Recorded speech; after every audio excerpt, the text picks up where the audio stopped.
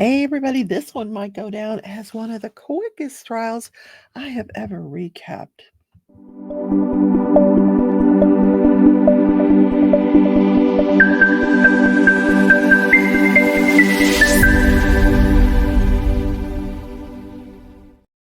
Hi, everybody. I'm going to cover what happened on day 2 of the Deobra Redden case. Yes, as you recall, and how could we forget, Deobra Redden was not happy that he was about to be sentenced in Clark County, Nevada, in front of Judge Mary Kay Holthus.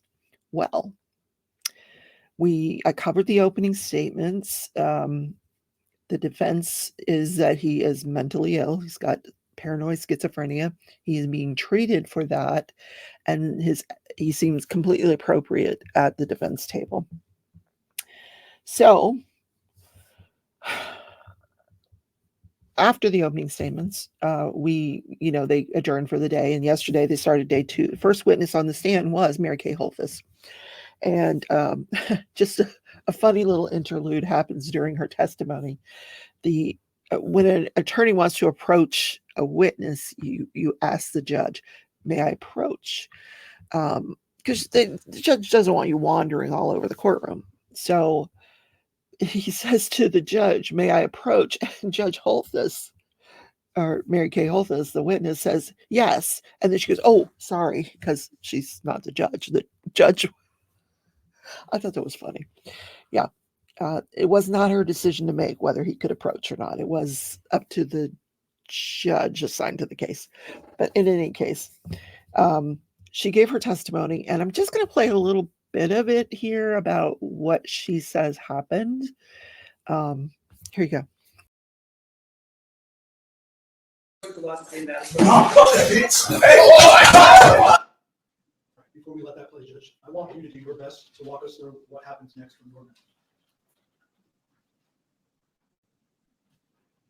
I remembered him coming at me, and really didn't think that he would ever make contact. And then I just remember it was like a crash sound. I just remember smashing into the wall. I went down, my glasses went up. I smashed into the wall. He was on me, and then I was being pulled down. I was being hit, and I don't know where and by what. I had closed my eyes. I was trying to protect my face and my head. He had me by the hair, and I was still getting hit in the head. In the meantime, I saw my law clerk, who was sitting next to me, who had dove almost in front of me as Mr. Redden came at me. And he was on top trying to pry the defendant off me. By this point, I had pulled down. I was kind of laying down like in the back of the bench. I had gone my head from this side to this side. And I just remember saying, "Help, help, somebody get him off." I mean, in my head, I was completely defenseless. He was so determined and so violent and so, it was scary. I didn't think I was going to get out of there. I'll give you a moment. I want to play a little more video and back up a little bit.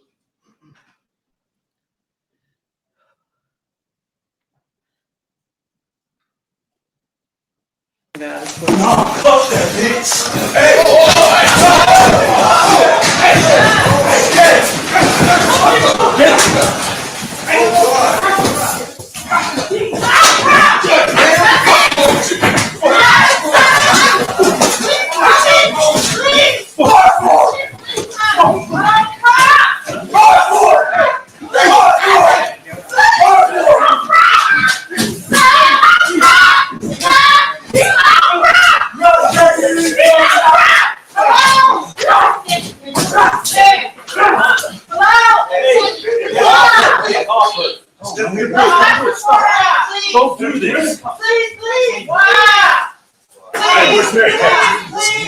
Is she okay? Why are you doing that? Wow! Hey, Wow! hey, can you fucking radio somebody? Fucking radio somebody! What? Can you do your best to describe the level of force he used when you were under the bench and we can't see in the video?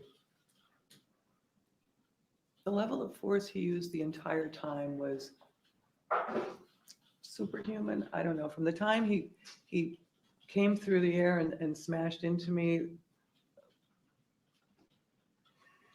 he knocked me literally almost through the wall, out of my chair. He knocked me so hard, he knocked me out of my shoes. You know, when you see a car accident and people get hit so hard by a car, their shoes come off. I mean, that's how hard he hit me. And when I was down there, it didn't get less. We saw there a couple of individuals jump in, one of them being your law clerk. Yes, While, if you remember, if you know, while your law clerk was trying to save you, was Mr. Redden stopped? he was not. Can you describe that? What was going on physically and how? Only by feel. Because Do your best. I was down in the ground and I could just feel someone going at me who was Mr. Redden, because that's where he was. And I could feel someone trying to pull him off and leave her alone. And you know, this like they're fighting over me. I mean, Michael's trying to pull him off and he's not letting go. Do you know, based on memory, where his hands were? I do not. Do you remember being struck or hitting your head while you were down behind the bench? Yes, Do you remember what struck you? I do not. What do you remember? What side of your head it was? Left at that point. Did Mr. Redden continue to attack you while Mr. Lasso was pulling you? He did. At some point, Mr. Lasso and the others are successful in getting him physically off you. So 3 of them. 3 or 4 of them it took to get him off me. where did you go, or what did you do once they were able to? As soon as I was clear enough, I literally rolled onto my bench in fetal position. While the attack was actually going on, what was going through your head? I'm not going to get out of here. And it's a weird thing because I know that there's video and there's a part of me going, I'll be dead. But I have 3 kids. They're going to watch.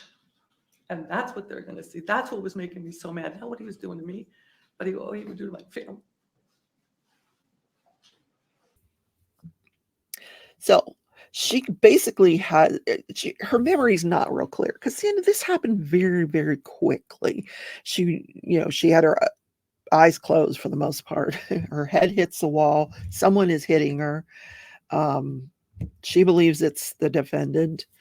And then she talked about the aftermath. She very sore, very, very sore. Her arm was sore. Her, coccyx, her rear end was sore because that's where she landed.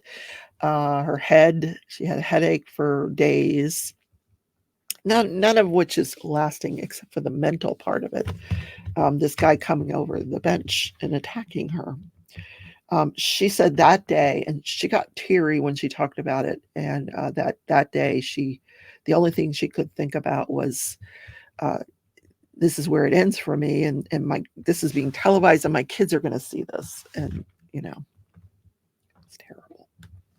So she testifies, and then her court law clerk testifies, and following that, and he did the same thing. He was the one that you saw punching him, and I didn't really. I'm going to be honest with you. I didn't listen to the rest of his testimony because I knew what was coming next. They take a break for lunch. They come back, and after when they come back, the defendant has reached a plea deal.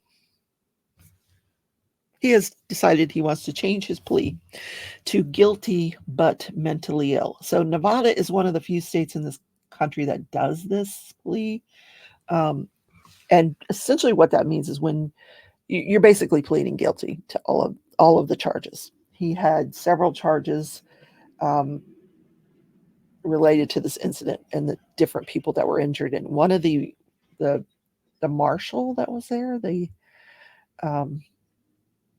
armed guy that was there, he split his head up and like they said there was blood everywhere. And anyway, so he had like 4 charges pending.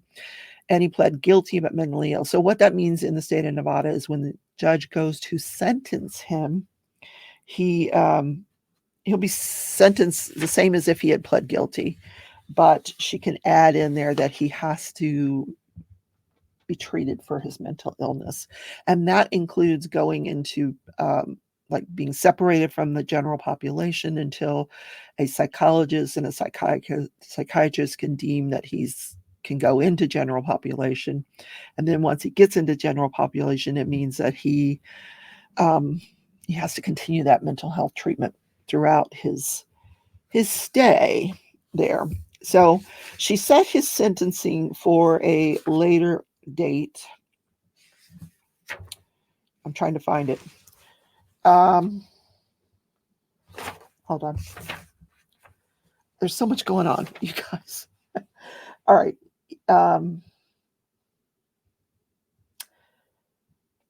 So it looks like on the 4 charges, one of the first charge, he could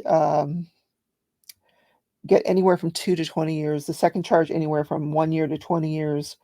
The first one, the 2 to 20, is the attempted murder. The 1 to 20 is assault on an officer of the court, and with the age enhancement that she was over 60 years old. That's the 1 to 20. And then 2 to 10 and 1 to 10 on the other assault charges. So there was like 7 different counts. There were, the attempted murder and several batteries. He had a couple of batteries thrown in there because apparently after the fact he was spitting on officers, and that's sort of it's an exchange of bodily fluid, and there's a statute against that considers that a battery. Don't spit on people. First of all, it's gross, but so the judge said, she noted that he was calm and articulate.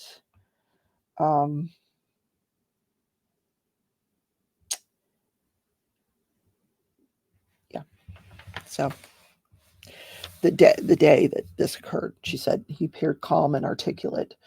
So she said the judge victim said she was not aware that he was supposed to be on medication, or she would have asked him about it. In any case, the case has been resolved. He's going to prison. He'll be sentenced on a later date. Oh, I was going to give you that date. I guess I didn't write it down. Maybe they didn't agree on a date, because I would have written it down if they had agreed on a date. So guilty. I guess he, after hearing the judge, he knew his goose was cooked. There was no way a jury, after seeing that video multiple times, was going to find him not guilty. Yeah, just wasn't going to happen. All right, so that is the end of that case. I still got more for you. So another video coming out today. So have a great weekend, everybody. I'll see you on my live Sunday. Take care.